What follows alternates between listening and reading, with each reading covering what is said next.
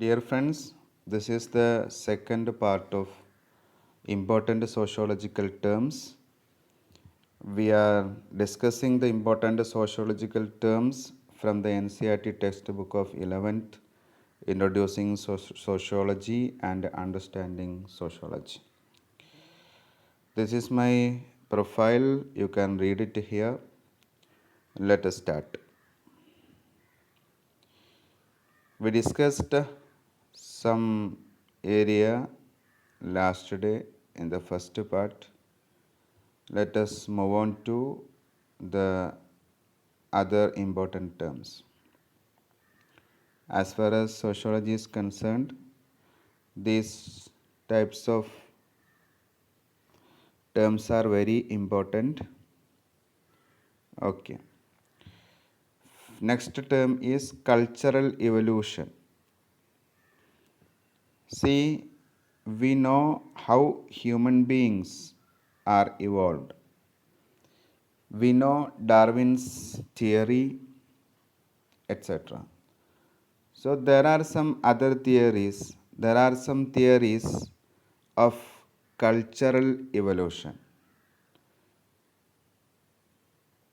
It argues that just like a natural species, culture also evolves through variation and natural selection.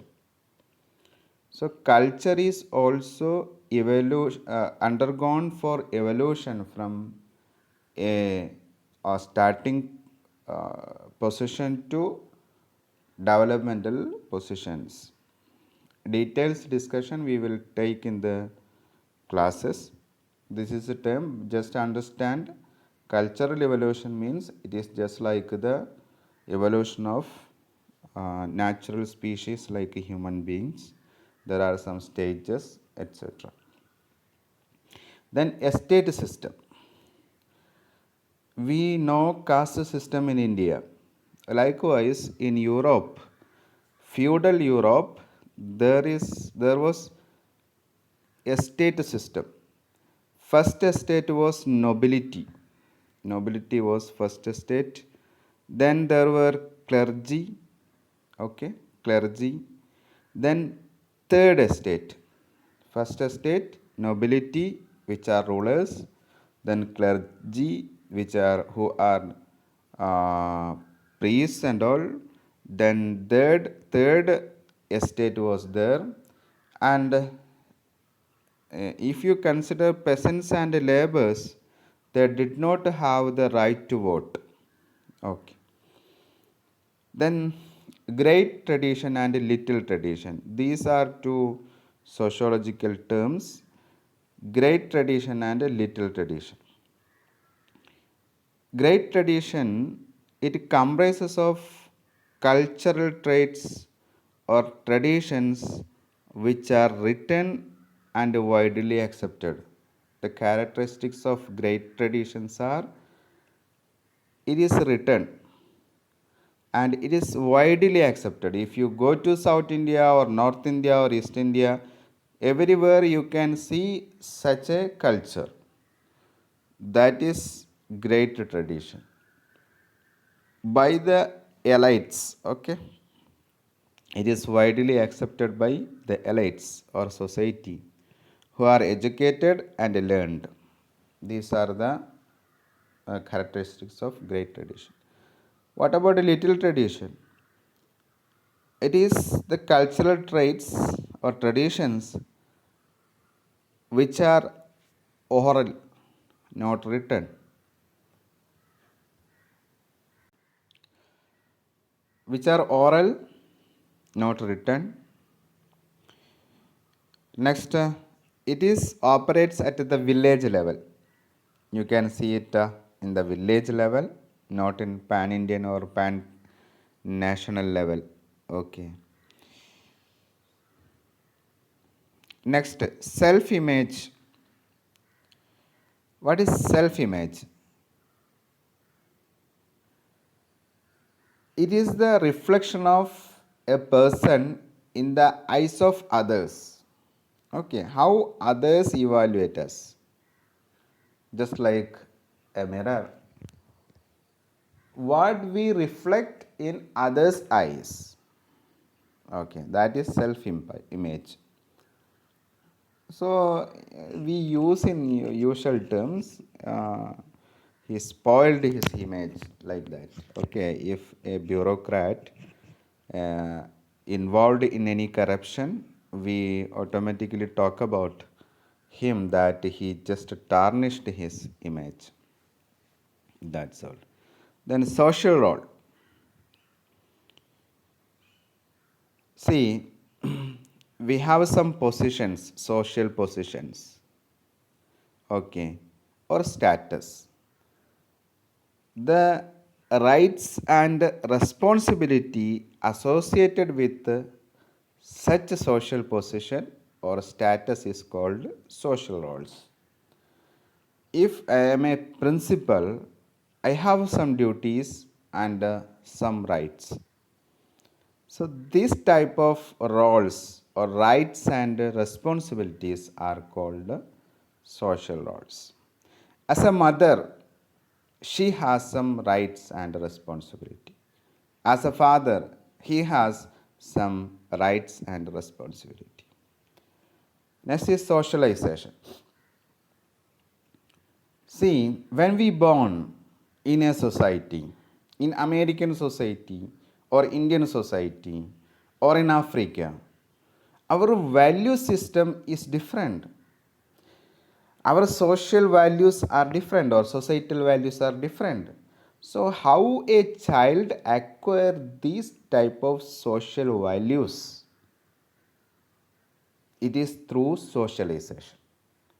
An Indian child, he get uh, feeded and brought up in a social setting. From that social setting, he get socialized.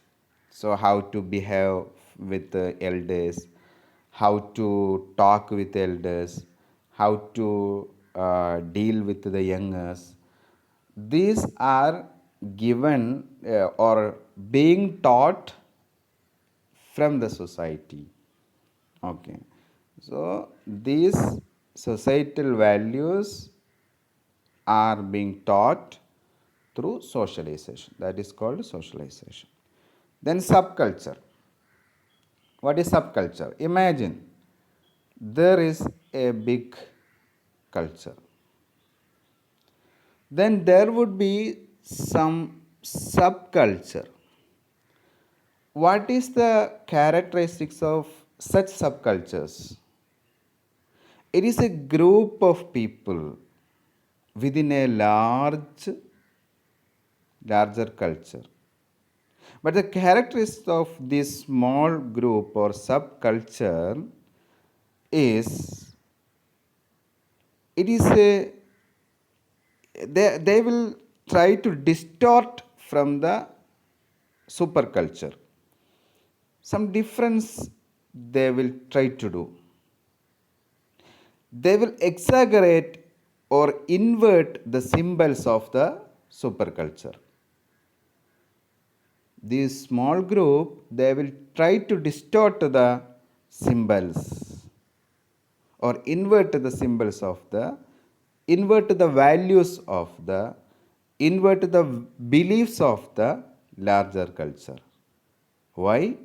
To distinguish this themselves from this. See, for example, if you see the religion Christianity, in that you can see, so it is a larger culture. Christianity is a larger culture or super culture.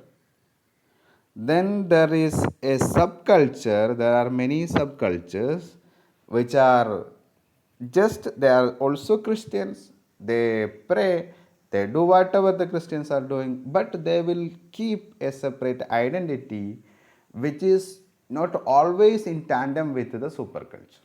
Okay. Next, census. It is enumeration of uh, the members. Okay. It is the comprehensive survey covering every single member of the population. Then genealogy. Genealogy is nothing but family tree. What is family tree?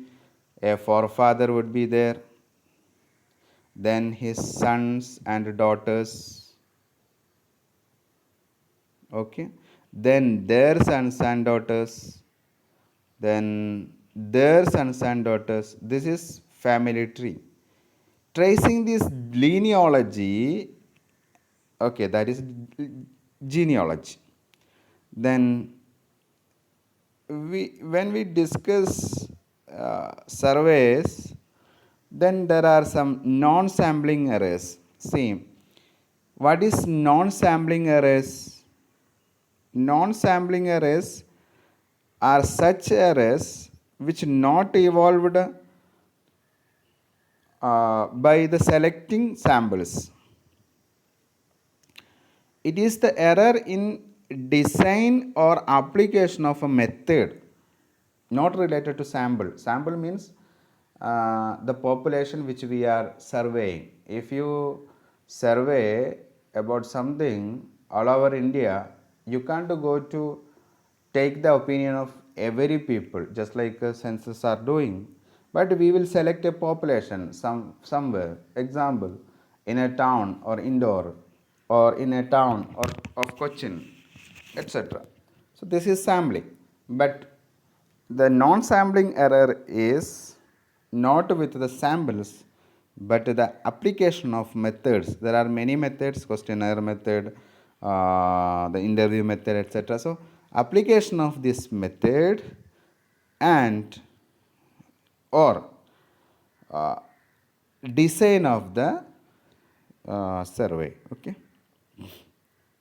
Next is population. Population is nothing but the, if you consider the survey or statistical sense, population is larger body of persons or villages or households, etc., from which a sample is drawn. See, I have discussed this. The population means just like we can't go for every doorsteps, but we will select a sample. Some people. It may be some areas from northeast, some areas from south, some areas from western India, etc. If you are taking some opinion or survey from Indians, so these small pockets which we are taking, that is called population. Then probability. Probability is likelihood of an event, nothing else. Likelihood of an event. Then questionnaire. It is a written list of questions to be asked in a survey or interview. Questionnaire, sometime if we are taking a survey, then we will not ask questions directly to the people. We will distribute some pamphlets or printed materials in which it contains some questions. The people who are or the respondent shall fill the question that questionnaire. That is questionnaire. Okay. Then randomization. See, if we select a population, how can we do that? We can just randomize. I will take from area X. I will take from some population from area B, from some population from area C, etc.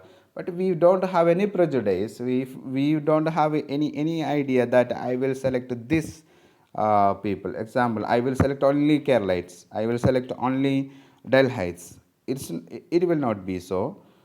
We are taking it, giving a chance of occurring or probability. Okay. Randomization means ensuring that an event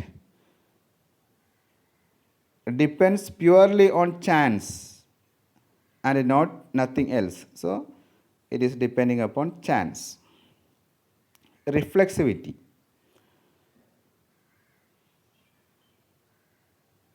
It is the researcher's ability to observe and analyze oneself.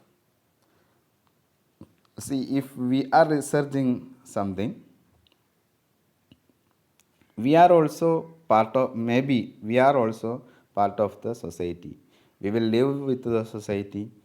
We are not from Mars or some other planets. We are also human beings who are staying in our society. If we take a survey or research, we are also part of the society. So we have to be very aware about us. Okay, don't our value system, our thinking, our prejudice will not evolve in research.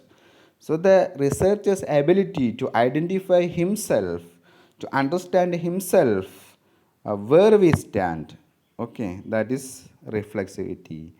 Uh, how the ability to observe and analyze oneself.